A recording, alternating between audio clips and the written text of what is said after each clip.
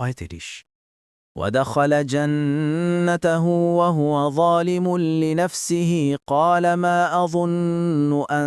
تبيد هذه أبدا অনুবাদ আর সে তার বাগানে প্রবেশ করল নিজের প্রতি জুলুম করে সে বলল আমি মনে করি না যে এটা কখনো ধ্বংস হয়ে যাবে 1 নং ফুটনোটের বিবরণ অর্থাৎ যে বাগানগুলোকে সে নিজের জান্নাত মনে করছিল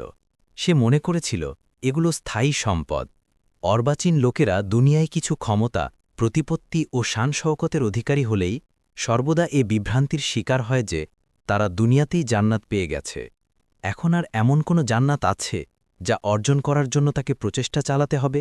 এভাবেই সে ফল-ফলাদি ক্ষেত খামার গাছগাছালি নদী-নালা প্রভৃতি দেখে ধোঁকাগ্রস্ত হবে এবং মনে করবে এগুলো কখনো ধ্বংস হবে না ফলে সে দুনিয়ার মোহ পড়ে থাকবে এবং আখেরাত অস্বীকার করে বসবে ইবনে কাসির